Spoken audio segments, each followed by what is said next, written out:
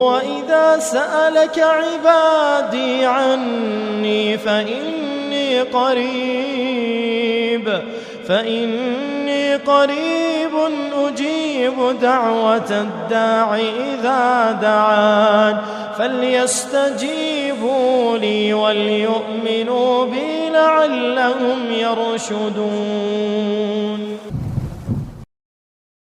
نحمده ونصلي على رسوله الكريم اما بعد فاعوذ بالله من الشیطان الرجیم بسم اللہ الرحمن الرحیم رب اشرح لي صدری ویسر لي امری واحلل عقدۃ من لسانی یفقهوا قولی واجعل لي وزیرا من اہلی اللہم فقہنا فی الدین اللہم انی اسألک علما نافعا رزقا طیبا وعملا متقبلا آمین ثم آمین۔ السلام علیکم ورحمۃ اللہ وبرکاتہ۔ آج کے سیشن میں آپ سے حضرت موسیٰ علیہ السلام کے بارے میں ایک یونیک بات کروں گی۔ سورہ الشورى کی آیت نمبر 10 سے 15 کے حوالے سے میں بات کروں گی۔ اس حصے میں ایک دعا تو نہیں ہے، لیکن دعا کے بارے میں ایک بہت عظیم چیز سیکھنے کو ملے گی۔ اللہ سبحانہ تعالیٰ کے سامنے ہم صرف درخواست نہیں کرتے بلکہ کچھ چیزوں کا اعتراف بھی کرتے ہیں، اور وہ بھی دعا کی ایک قسم ہے۔ تو ہمارے ہاں جو دعا کا کانسیپٹ ہے وہ بہت تنگ اور بہت نیرو ہے۔ میں چاہتی ہوں کہ آج میرے ساتھ مل کے آپ اس کو تھوڑا سا ایکسپینڈ کریں، اور اس قسم کی مثالیں نا قرآن میں اور بھی ہیں جہاں پر آپ ڈائریکٹلی اللہ تعالیٰ سے کچھ مانگ نہیں رہے، لیکن آپ اللہ سبحانہ تعالیٰ کے سامنے اپنا کیس پیش کر رہے ہیں۔ یہاں پر ان آیات میں حضرت موسیٰ علیہ السلام، اگر ہم دیکھیں اس کا سینیریو اور بیک گراؤنڈ، تو حضرت موسیٰ علیہ السلام کوہ طور پر پہنچے ہیں، اللہ سبحانہ تعالیٰ نے ان سے ہم کلامی کی ہے، اور وہاں پر ایک مختصر سی بات جس کا انہوں نے یہاں پر ذکر کیا ہے سورہ الشورى آیت نمبر 10 میں، وَإِذْ نَادَى رَبُّكَ مُوسَىٰ أَنِ ائْتِ الْقَوْمَ الظَّالِمِينَ۔ یہاں پر خلاصہ ہے، سورہ طٰہٰ میں اور تفصیل سے بات آئے گی، وہاں کی دعا کا بھی انشاءاللہ تعالی ہم بعد میں ذکر کریں گے، لیکن یہاں پر سورہ شعراء میں فرمایا گیا کہ جب تیرے رب نے موسیٰ علیہ السلام کو پکارا اور کہا کہ جاؤ ظالم قوم کے پاس، قوم فرعون الا یتقون، فرعون کی قوم کیا وہ تقوی کا اہتمام نہیں کرتے، will they not fear اللہ، کیا وہ اللہ کا تقوی نہیں کرتے۔ آپ دیکھیں کہ موسیٰ علیہ السلام مصر سے بھاگے ہیں، وہ وہاں پر ہیں وانٹڈ فار مرڈر، اور حکم یہ نہیں ہے کہ ان کو گرفتار کیا جائے اور پھر کورٹ میں لایا جائے اور پھر کیس کیا جائے، نہیں، حکم یہ ہے کہ جو وہاں کے جنرلز ہیں انہوں نے اسکیم بنائی ہوئی ہے کہ آپ کو وہ مار ڈالیں گے، یعنی اریسٹ کرنے کا آرڈر نہیں ہے، شوٹ ٹو کل کرنے کا آرڈر ہے۔ پھر وہ وہاں سے بھاگے ہیں، اور اس بات کو کئی سال ہو گئے ہیں۔ اب اللہ تعالیٰ حضرت موسیٰ علیہ السلام سے ہم کلام ہے، اور حضرت موسیٰ علیہ السلام کو کہہ رہے ہیں کہ آپ اس ظالم قوم کے پاس جائیے، واپس اس فرعون کی قوم کے پاس جاؤ۔ آپ دیکھیں کہ ظالم قوم تو کوئی بھی ہو سکتی ہے، تو اس لیے اللہ سبحانہ تعالیٰ نے خاص کہہ دیا قوم فرعون، یعنی اللہ تعالیٰ نے خاص مینشن کر دیا کہ کسی اور قوم کی طرف جانے کو تمہیں نہیں کہہ رہا، جس قوم سے تم بھاگ کر آئے ہو اسی قوم کی طرف واپس جانے کو کہہ رہا ہوں، کیونکہ اگلی ہی آیت میں پھر فرعون کی قوم کا ذکر ہوا، قوم فرعون الا یتقون۔ اچھا آپ دیکھیں کہ حضرت موسیٰ علیہ السلام اللہ کے رسول ہیں، اور اللہ کے رسولوں کے بارے میں ہم نے تو پڑھا تھا سورۃ البقرہ میں، آمن الرسول بما انزل الیہ من ربہ والمؤمنون کل آمن باللہ وملائکتہ وکتبہ ورسلہ لا نفرق بین احد من رسولہ وقالوا سمعنا واطعنا۔ انبیاء اور اہل ایمان کیا کہتے ہیں کہ ہم نے سنا اور ہم نے مانا۔ تو حضرت موسیٰ علیہ السلام نے سنا، اللہ تعالیٰ نے کہا کہ جاؤ وہاں، واپس مصر میں جاؤ، فرعون کے پاس جاؤ، کیا فرعون کی قوم تقوی نہیں کرتی، اور تم جا کر تقوی کی دعوت دو۔ ہماری توقع کیا ہوتی کہ موسیٰ علیہ السلام کو کہنا چاہیے تھا سمعنا واطعنا، کہ میں نے سنا اور میں نے اطاعت کی، اوکے میں جا رہا ہوں، لیکن انہوں نے کیا کیا، انہوں نے اللہ تعالیٰ کے سامنے 5 باتیں رکھی۔ انہوں نے کہا قال ربی انی اخاف ان یکذبون، کہنے لگے کہ میرے رب مجھے تو ڈر ہے کہ وہ مجھے جھٹلائیں گے، مجھے وہ جھوٹا کہیں گے۔ پہلا خوف، میرے نزدیک پہلا خوف ہونا چاہیے تھا کہ میں تو قتل کر دیا جاؤں گا، لیکن یہاں پر موسیٰ علیہ السلام کو اس سے زیادہ خوف کیا ہے کہ میری رسوائی ہوگی، میرے خلاف جھوٹا الزام لگایا جائے گا، مجھے بدنام کیا جائے گا۔ آپ دیکھیں کہ انسان کی فطرت میں ایک چیز ہے، جانور کے لیے سب سے امپورٹنٹ اور مین چیز کیا ہوتی ہے؟ اس کا سروائیول، کہ مجھے کوئی اور جانور کھا نہ جائے، مجھے کوئی قتل نہ کر دے، سروائیول۔ لیکن انسان کے لیے جو عزت ہے نا، وہ اس سے بھی زیادہ پیاری چیز ہے۔ انسان کے لیے اس کی ڈگنیٹی، یعنی سب کے سامنے مجھے جھوٹا کہا جائے گا، مجھے جھٹلایا جائے گا، اس چیز سے میں بہت ڈرتا ہوں، میرے بارے میں ایسے ایسے الزام لگائے جائیں گے۔ اسی لیے آپ دیکھیں کہ مریم سلام علیہا کو عزت اتنی پیاری تھی کہ جب ان کا بچہ ہوا ہے تو جو ان کی پہلی خواہش تھی وہ کیا تھی کہ کاش اس سے پہلے میں مر ہی جاتی، کیونکہ انہیں پتہ تھا کہ جو رسوائی ان کی ہونی ہے، جو الزامات ان کی قوم نے ان پر لگانے ہیں، اس کا وہ سامنا کیسے کر سکتی ہیں، اس سے آسان تو موت ہے۔ تو یہاں پر آپ دیکھیں کہ جو پہلی چیز ہم نے سیکھی کہ موسیٰ علیہ السلام انسان ہونے کے ناطے کہ جو بیسک عزت ہوتی ہے انسان کی، جو ڈگنیٹی ہوتی ہے انسان کی، وہ ان کو اتنی پیاری ہے، اس عزت کا چلے جانا یعنی سوسائٹی میں رسوا ہو جانا، یہ اتنی خوفناک چیز ہے کہ اس کے باوجود کہ اللہ تعالیٰ نے ان کو براہ راست حکم دیا ہے کہ جاؤ فرعون کے پاس جاؤ، لیکن انہوں نے جواب میں کیا کہا؟ قال ربی انی اخاف ان یکذبون، کہ یا رب مجھے ڈر لگ رہا ہے، مجھے ڈر لگ رہا ہے کہ وہ مجھے جھوٹا بولیں گے۔ تو یہ تو اصل میں ایک طرح سے نا حضرت موسیٰ علیہ السلام نے اللہ تعالیٰ کو بتا دیا کہ آپ جو کام مجھ سے کروانے جا رہے ہیں اس میں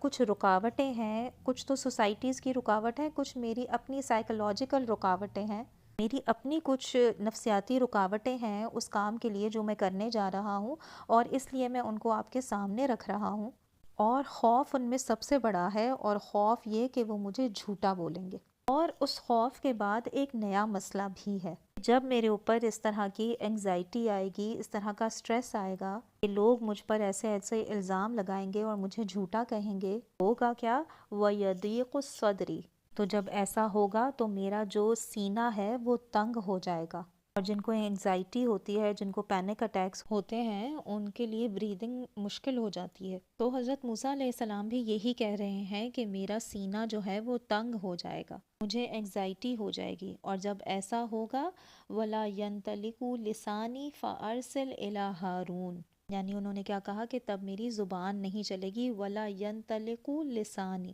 اصل میں ان کا ایک سٹٹر پرابلم تھا، اور جن کو یہ سٹٹرنگ پرابلم ہوتا ہے اس میں ہوتا کیا ہے کہ جب آپ کو سٹریس ہو جائے تو اس میں پھر آپ کی آواز جو ہے وہ اور نہیں نکلتی، اور رکتے رکتے آواز نکلتی ہے، یعنی جو فلو آف سپیچ ہے وہ جو ہے اس میں ڈسٹرپشن پیدا ہو جاتی ہے۔ تو حضرت موسیٰ کہتے ہیں کہ جب ایک دفعہ مجھے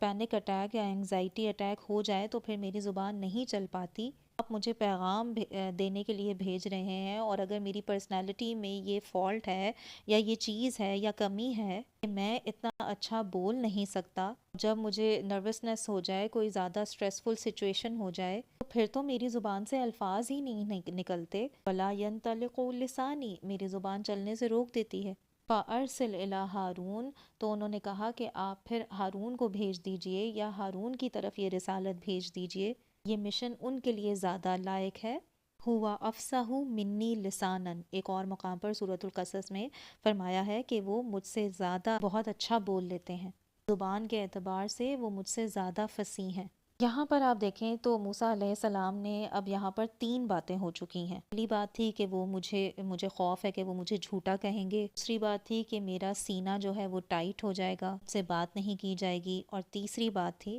کہ میری زبان نہیں چلے گی، اور پھر چوتھی بات یہ بھی کہہ دی کہ آپ ہارون کو بھیج دیجئے میری جگہ، میں اس کام کے لائق نہیں ہوں، آپ ہارون کو بھیج دیجئے، فَأَرْسِلْ إِلَىٰ هَارُونَ وَلَهُمْ عَلَيَّ ذَنْبٌ فَأَخَافُ أَن يَقْتُلُونِ، اور ان کے پاس تو میرے خلاف ایک جرم بھی ریکارڈ ہے، تو مجھے ڈر یہ ہے کہ وہ مجھے مار ڈالیں گے۔ اب دیکھیں کہ قتل ہو جانے کا خوف انہوں نے سب سے آخر میں اس کا ذکر کیا، 5 چیزوں میں 5ویں چیز ہے وہ کہ وہ مجھے مار ڈالیں گے، کیونکہ میرا جو جرم ہے وہ ابھی بھی ان کے پاس ریکارڈ پر ہے، اور اس پر سزائے موت مجھے مل جائے گی۔ یہاں پر میں نے اس سیکشن کے بارے میں آپ سے بات کرنا اس لیے چاہی کہ ہمیں نا ایک چیز سمجھنی چاہیے اپنے اور اللہ سبحانہ تعالیٰ کے رشتے کے ناطے سے۔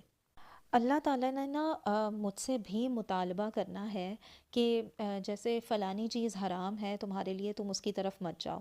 یا فلانا حکم تمہیں کرنا ہے، اس کی تکمیل تمہیں کرنی ہے، تمہیں یہ کام کرنا ہی کرنا ہے۔ تو ہو سکتا ہے کہ آپ کی زندگی میں جو رکاوٹیں ہیں، جیسے باہر کی رکاوٹیں ہیں، جس کا یہاں پر بھی جو باہر کی رکاوٹ تھی جس کا انہوں نے سب سے آخر میں ذکر کیا کہ ان کے پاس میرے خلاف ایک کیس ہے، جو کرائم میں نے کیا تھا، میں جاؤں گا تو اس میں پکڑا جاؤں گا اور مارا جاؤں گا، تو میں وہاں پر جا کر دعوت کس کام کی دوں گا۔ تو اس رکاوٹ سے پہلے جن رکاوٹوں کا انہوں نے ذکر کیا وہ ان کے اپنے اندر کی نفسیاتی رکاوٹیں تھیں۔ ان کو خوف ہے کہ جھوٹا کہا جائے گا انہیں، ان کو یہ خوف ہے کہ سٹریس کی وجہ سے ان کی زبان نہیں چلے گی، ان کے دل میں تنگی آ جائے گی، پھر ان کی زبان نہیں چلے گی، تو ہارون علیہ السلام بہتر ہیں اس کام کے لیے۔ تو یہ ساری چیزیں اندرونی ہیں۔ تو مجھے اللہ سبحانہ تعالیٰ کے سامنے اپنی جو اندر کی جو انٹرنل میری سٹرگلز ہیں، کہ جن چیزوں کے لیے میں پریشان ہوں، ان چیزوں کو مجھے اللہ تعالیٰ کے سامنے رکھنا ہے۔ اللہ تعالیٰ کے سامنے اس بات کا اعتراف کرنا ہے کہ یا رب یہ سب چیزیں میرے لیے بہت مشکل ہیں، اور یہ اس لیے مشکل ہیں، یہ میری خامیاں ہیں، یہ میری کمیاں ہیں، یہ میرے سامنے آبسٹیکلز ہیں، اور میں ان کو پورا کرنا چاہتی ہوں، پر مجھے ڈر لگتا ہے۔ اگر میں پوری طرح کھل کر اللہ سبحانہ تعالیٰ سے اعتراف کروں کہ کس کس چیز سے مجھے ڈر لگتا ہے، اور ایسا ہوتا ہے کہ کبھی کبھی آپ کو لوگوں کی باتوں سے ڈر لگتا ہے۔ حضرت موسیٰ علیہ السلام کو لوگوں کی باتوں سے ڈر لگ رہا ہے۔ انی اخاف ان یکذبون، یہ بالکل انسان کی فطرت کی چیز ہے، اس میں کوئی ان نیچرل چیز نہیں ہے، لیکن یہ ایسی چیز ہے کہ جس کا اللہ سبحانہ تعالیٰ سے پوری طرح اعتراف کیا جائے۔ ہم ایکسپیکٹ یہ کرتے ہیں اور لوگوں سے یہ ایکسپیکٹ کرتے ہیں کہ بس ایک دفعہ اللہ تعالیٰ نے کہہ دیا تو بس مانو تو مانو، سمعنا و اطعنا کرو۔ ہاں ٹھیک ہے، بے شک وہ اپنی جگہ ہے سمعنا و اطعنا، لیکن یہاں پر ہم نے کیا دیکھا کہ موسیٰ علیہ السلام نے فوراً سمعنا و اطعنا نہیں کہا۔ پہلے انہوں نے اللہ سبحانہ تعالیٰ کے سامنے اپنے دل کی بات شیئر کی کہ میرے میں یہ کمیاں ہیں، میرے میں یہ خامیاں ہیں، میری یہ پرابلمز ہیں، میرے یہ خوف ہیں، میری یہ انگزائٹیز ہیں، یہ چیزیں ہیں جو مجھے پریشان کر رہی ہیں، اور یہ چیزیں آپ کے حکم کی تکمیل میں میرے راستے میں کھڑی ہیں، میرے اندر کی کمزوریاں میرے راستے میں کھڑی ہیں، میں ان کو آپ کے سامنے ہی پیش کر سکتا ہوں، اور کس کے سامنے کروں؟ آپ دیکھیں کہ لوگ انڈرسٹینڈنگ نہیں ہوں گے، لوگوں کے سامنے آپ اپنی کمیاں، اپنی خامیاں رکھیں گے تو لوگ کہیں گے کہ یہ کیا بہانے ہیں سارے، لیکن اللہ تعالیٰ السمیع العلیم ہے۔ اللہ کے سامنے موسیٰ علیہ السلام نے کھل کے یہ ساری باتیں رکھ دی کہ یہ میری کمیاں ہیں، اور آپ دیکھیں کہ یہاں تک کہ ان میں خود اعتمادی نہیں تھی کہ وہ کہہ رہے ہیں کہ میری جگہ حضرت ہارون علیہ السلام کو بھیج دیں، ان سے یہ کام کروا لیا جائے، مجھ سے نہ کروایا جائے۔ لیکن اب اسی بات کو دوسری طرف سے سمجھنے کی کوشش کریں اور یہ دیکھیں کہ اللہ سبحانہ تعالیٰ آپ کی کمزوریوں کو آپ سے بہتر جانتا ہے، اور آپ کا جو سیلف کانفیڈنس مسنگ ہے نا، وہ اس سے بھی پوری طرح واقف ہے۔ وہ پوری طرح جانتا ہے کہ کس طرح آپ اپنے اوپر بھی اعتماد نہیں کرتے، اور آپ نہیں سمجھتے کہ آپ اس طرح کی کسی ذمہ داری کے اہل ہوں گے، لیکن اللہ سبحانہ تعالیٰ نے یہ سب جانتے ہوئے حضرت موسیٰ علیہ السلام کو یہ ذمہ داریاں دی۔ موسیٰ علیہ السلام کو بھی پتا ہے کہ میرا رب سب جانتا ہے، لیکن انہوں نے پھر بھی یہ ساری اپنی کمزوریاں، یہ سارے اپنے خوف اللہ سبحانہ تعالیٰ کے سامنے رکھے، اور اب اللہ سبحانہ تعالیٰ حضرت موسیٰ علیہ السلام کے اندر ایسا کانفیڈنس ڈالیں گے، ایسی خود اعتمادی ڈالیں گے۔ کیسے؟ قَالَ كَلَّا فَأَذْهَبَا بِآيَاتِنَا، نہیں، کوئی بات ہی نہیں، تم فکر ہی نہ کرو، رہنے دو، کچھ بھی نہیں ہے یہ سب کچھ۔ یعنی وہ جو پہلی بات کی کہی تھی کہ مجھے جھوٹا بولیں گے، کچھ نہیں، کوئی بات نہیں، وہ تمہارا مسئلہ نہیں ہے، جو کچھ لوگ کہیں گے اس سے تمہیں کوئی فرق نہیں پڑے گا، میں نہیں پڑنے دوں گا کوئی فرق۔ پھر دوسری بات کیا تھی؟ وَيَضِيقُ صَدْرِي، میرا سینہ تنگ ہو جائے گا، نہیں ہوگا، میں نہیں ہونے دوں گا، میں تمہارے سینے کو سنبھال لوں گا۔ وَلَا يَنْطَلِقُ لِسَانِي، وہ تمہاری کمزوری ہے، میں تمہاری اس کمزوری کو ختم کر دوں گا۔ فَأَرْسِلْ إِلَىٰ هَارُونَ، اس کا بھی جواب کلّا میں آ گیا، کلّا فَأَذْهَبَا بِآيَاتِنَا، ٹھیک ہے، دونوں اکٹھے جاؤ، ہارون چاہیے تمہیں، سپورٹ کے لیے ہارون چاہیے، ہارون کو ساتھ لے جاؤ۔ آپ دیکھیں کہ ہارون علیہ السلام کو وہ جاب نہیں دی، جبکہ حضرت موسیٰ علیہ السلام نے تو کہہ دیا کہ وہ مجھ سے اچھا بولتے ہیں زیادہ۔ سورۃ القصص کی آیت نمبر 34 میں حضرت موسیٰ علیہ السلام نے یہ فرمایا، لیکن اللہ تعالیٰ نے ایک لفظ نہیں بلوایا حضرت ہارون علیہ السلام سے۔ فرعون کے سامنے ساری بات حضرت موسیٰ علیہ السلام نے کی ہے، حضرت ہارون کچھ بھی نہیں بولے، اور یہ سب ہمیں قرآن سے پتہ چلتا ہے۔ تو ہارون علیہ السلام نے کیا کہا ہے؟ کچھ بھی نہیں، اور جو کہا ہے اکٹھے کہا ہے، مل کے کہا ہے۔ ان کو کبھی الگ کچھ کوٹ نہیں کیا اس پورے قصے میں، ہارون علیہ السلام کو فرعون سے خطاب کرتے ہوئے۔ تو آپ دیکھیں کہ اس سے ہمیں کیا پتہ چل رہا ہے؟ اگر اللہ تعالیٰ کو پتہ ہی تھا کہ بات ساری حضرت موسیٰ علیہ السلام نے کرنی ہے، ہارون علیہ السلام نے تو کرنی ہی نہیں ہے، تو ان کو پھر لائے ہی کیوں تھے ساتھ میں؟ اشدد بہ ازری واشرکہ فی امری، آگے سورہ طٰہٰ میں ایک دعا آ رہی ہے، آیت نمبر 31-32 میں اس کا جواب آ رہا ہے کہ وہ پیچھے سے میری سپورٹ کریں گے اور میری کمر کو پیچھے سے مضبوط کریں گے۔ یعنی اگر کوئی آپ کو آگے سے اٹیک کر رہا ہوتا ہے نا، تو آپ پیچھے کو گر رہے ہوتے ہیں، اور آپ کے پیچھے کوئی کھڑا ہوا آپ کو سپورٹ کر رہا ہوتا ہے، وہ آپ کو گرنے سے بچا رہا ہے۔ اشدد بہ ازری واشرکہ فی امری، اور پھر اسی طرح وہ میرے مشن میں میرے ساتھ شرکت کریں گے۔ تو یہ چیز جو ہے نا، یہ بہت اہم ہے کہ ہارون علیہ السلام کا جو رول ہے، یہ ایک بہت سائلنٹ رول ہے، اور وہ کیا ہے کہ انسان کو نا زندگی میں کبھی نہ کبھی کسی مشکل موڑ پر یا کسی بھی موقع پر ایک انسان کے دوسرے انسان کی سپورٹ کی ضرورت ہوتی ہے۔ ہر ایک کو کسی نہ کسی طرح ایک ہارون چاہیے ہوتا ہے اپنی زندگی میں، اور وہ ہو سکتا ہے کہ وہ کسی کا بھائی ہو، وہ ہارون ہو سکتے ہیں کہ کسی کے اسپاؤس ہوں، جیسے ہمارے نبی صلی اللہ علیہ وسلم کو زندگی میں وہ مشکل میں ہوتے تھے اور انہیں لگتا تھا کہ ساری دنیا ان کے خلاف ہے، تو ان کی بیوی ان کے ساتھ کھڑی ہوتی تھی، جو ان کی سپورٹ میں ان کے ساتھ کھڑی ہوتی تھی۔ یعنی آپ کی زندگی میں کوئی نہ کوئی ایک ایسا انسان ہوتا ہے جس کی موجودگی کی وجہ سے آپ کو حوصلہ ملتا ہے۔ ہو سکتا ہے کہ آپ بہت ہی ایجوکیٹڈ ہوں، آپ ڈاکٹر ہوں، آپ لائر ہوں، آپ پروفیسر ہوں، آپ اپنے آپ کو ایکسپریس کر سکتے ہیں، آپ اپنے آپ کو پریزنٹ کر سکتے ہیں، آپ کانفیڈنٹ ہیں، آپ اپنی فیلڈ میں مانے ہوئے ہیں، لیکن ہو سکتا ہے کہ آپ کی فیملی میں کوئی ایسی سچویشن ہے کہ جس میں آپ کو جا کر اپنے والد صاحب سے کوئی بات کرنی ہے، لیکن آپ کی وہ بات کرنے کی ہمت نہیں بنتی، یا اپنے کسی رشتہ دار سے آپ نے بات کرنی ہے جو آپ کو تنگ کر رہے ہیں، لیکن آپ ان کو کنفرنٹ نہیں کر سکتے، جا کر ان سے آپ کی ہمت نہیں بن رہی کہ آپ جا کر ان سے اکیلے میں بات کریں۔ آپ کے ساتھ کوئی ایک اور بھی ہو نا، وہ بے شک خاموش ہی آپ کے ساتھ کیوں نہ کھڑا ہوا ہو، لیکن ایک سپورٹ آپ کے ساتھ ہو، اس کا نا صرف ساتھ میں ہونا ہی آپ کے اندر اتنی ہمت ڈال دیتا ہے کہ آپ وہ بات جا کر کر سکتے ہیں۔ اور اگر آپ ڈرنے لگیں، اپنے موقف سے ہٹنے لگیں، تو وہ آپ کا بس تھوڑا سا بازو پکڑ لے، تھوڑا سا آپ کو سکویز کر دے، تو آپ دوبارہ اپنی سینسز میں آ جاؤ گے، اپنے ٹاپک پر آ جاؤ گے اور اپنی بات کنوے کر سکو گے۔ تو یہ جو انہوں نے ہارون علیہ السلام کی درخواست کی ہے نا، اور یہ جو اللہ تعالیٰ نے انہیں دیا ہے، یہ بہت اہم چیز ہے، اور یہ سائلنٹ سپورٹ ہے۔ اور یاد رکھیے کہ یہ ہر انسان کو چاہیے ہوتی ہے کسی نہ کسی طرح، کسی نہ کسی موقع پر دنیا میں۔ اسی لیے اس کے بارے میں جو ایک اور جب مقام پر اشارے میں بات کی گئی ہے، اس کو بھی میں یہاں پر ملا رہی ہوں، اور وہ یہ ہے کئی نسبحک کثیرا ونذکرک کثیرا انک کنت بنا بصیرا۔ جب انہوں نے ہارون علیہ السلام کی درخواست کی تو اس کی پھر کچھ تفصیل بھی کی درخواست کر کے۔ یہ جو میں نے آیات آپ کے سامنے پیش کی، یہ سورہ طٰہٰ کی آیت نمبر 34-35 ہیں۔ حضرت موسیٰ علیہ السلام نے بتایا کہ میں کیوں چاہتا ہوں کہ ہارون علیہ السلام میرے ساتھ ہوں۔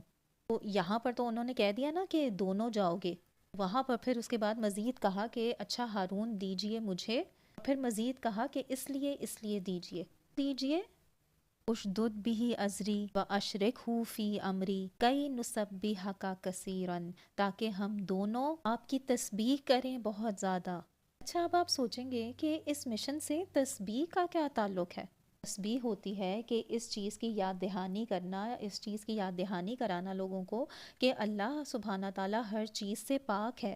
اسے تسبیح کہتے ہیں۔ اللہ تعالیٰ میں کوئی کوتاہی نہیں ہے، کوئی خامی نہیں ہے، لیکن ہر چیز کی ایک کورلری ہوتی ہے۔ یعنی تسبیح سے مراد یہ بھی ہے کہ آپ پرفیکٹ نہیں ہیں، میں پرفیکٹ نہیں ہوں، میں آپ کی کریکشن کر سکتی ہوں، آپ میری کریکشن کر سکتے ہیں، کیونکہ تسبیح پرفیکشن وہ تو صرف اللہ سبحانہ تعالیٰ کے لیے ہے، کمال تو صرف اللہ تعالیٰ کے لیے ہی ہے، ہمارے لیے نہیں ہو سکتا، تو وہ میری کریکشن کرے گا، میں اس کی کریکشن کروں گا، وہ میری حوصلہ افزائی کرے گا اور میں اس کی حوصلہ افزائی کروں گا، جس کی وجہ سے ہمیں ہمیشہ یاد رہے گا کہ ہم میں ہمیشہ کوئی نہ کوئی امپروومنٹ کی ضرورت ہوتی ہے، یہ جو پرفیکشن ہے وہ تو صرف ہمارے رب کے لیے ہی ہے۔ اور اسی طرح ہم اللہ تعالیٰ کی تسبیح کریں گے، وَنَذْكُرَكَ كَثِيرًا، اور اس طرح ہم آپ کو بہت زیادہ، اللہ تعالیٰ کو بہت زیادہ یاد رکھیں گے۔ اب ہمارے ذہن کے اوپر فرعون کی باتیں جو ہیں وہ حاوی ہو جائیں گی، یا سوسائٹی کا پریشر حاوی ہو جائے گا،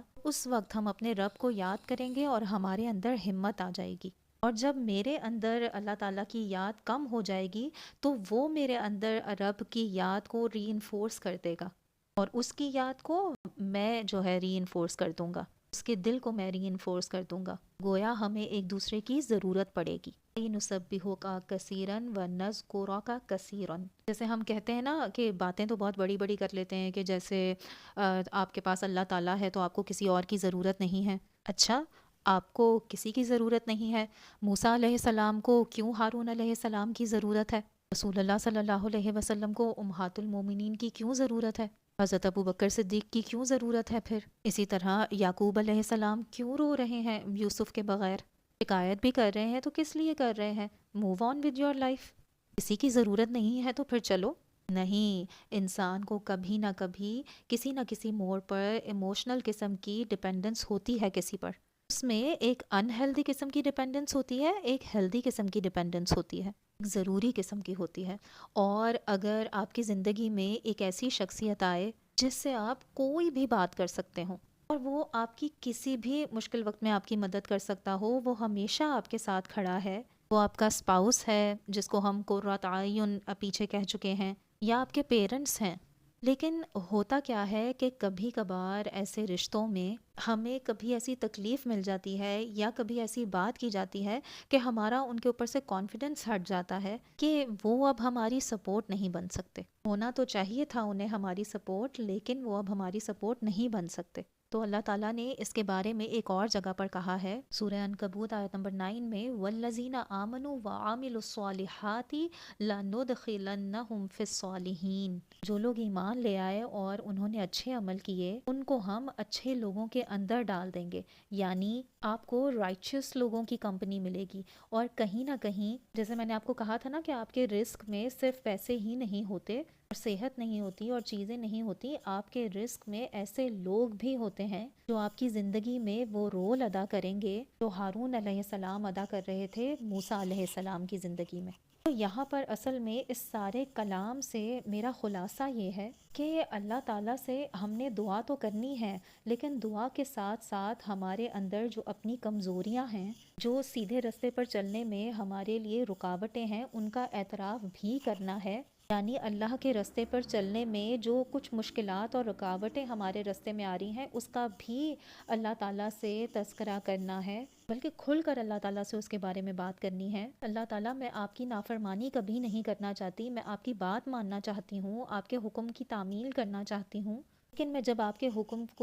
کے اوپر چلنا چاہتی ہوں تو میرے سامنے یہ مشکلات اور یہ ہرڈلز، یہ سوچ، یہ جذبات اور ایسی رکاوٹیں آتی ہیں، یا اللہ ان رکاوٹوں کو میرے لیے آسان کر۔ کَلَّا فَاذْهَبَا بِآیَاتِنَا، دونوں جاؤ اب، تو یہ اللہ سبحانہ تعالیٰ کی طرف سے فوراً جواب آ گیا، اور اس سے ہمیں بھی یہ انسپریشن مل گئی کہ ہم بھی اللہ سبحانہ تعالیٰ سے کھل کر بات کریں، اور اس طرح کریں کہ جو چیز لوگ سمپتھائز نہیں کر سکتے، جب لوگوں کے سامنے آپ اپنی کمزوریاں رکھو گے تو لوگ نہیں سمجھ سکیں گے، لیکن جب وہی کمزوریاں آپ اللہ سبحانہ تعالیٰ کے سامنے رکھیں گے تو اللہ اس کو ضرور سمجھے گا۔ آپ اپنے دل کی بات اللہ سے کریں۔ اللہ سبحانہ تعالیٰ ہمیں ان آیات کے پیچھے چھپی ہوئی مصلحتوں کو اور ان چھپے ہوئے خزانوں کو سمجھنے کی توفیق عطا فرمائے، جس میں ہمارے لیے بے انتہا بے شمار پیغامات اور آسانیاں چھپی ہوئی ہیں۔ اللہ سے دعا ہے کہ ہمارا رشتہ اللہ سبحانہ تعالیٰ کے ساتھ ایسا بن جائے کہ ہم اپنے دل کی ہر بات، اپنے ہر مسائل، اپنے ہر خوشی، اپنا ہر غم اللہ سبحانہ تعالیٰ کے ساتھ بہترین طریقے سے شیئر کر سکیں۔ آمین ثم آمین۔ ربنا لا تزغ قلوبنا بعد إذ هديتنا وهب لنا من لدنك رحمة إنك أنت الوهاب۔ سبحانك اللهم وبحمدك نشهد أن لا إله إلا أنت نستغفرك ونتوب إليك۔ سبحان ربک رب العزة عما یصفون وسلام علی المرسلین والحمد للہ رب العالمین۔ آمین ثم آمین۔ السلام علیکم ورحمۃ اللہ وبرکاتہ۔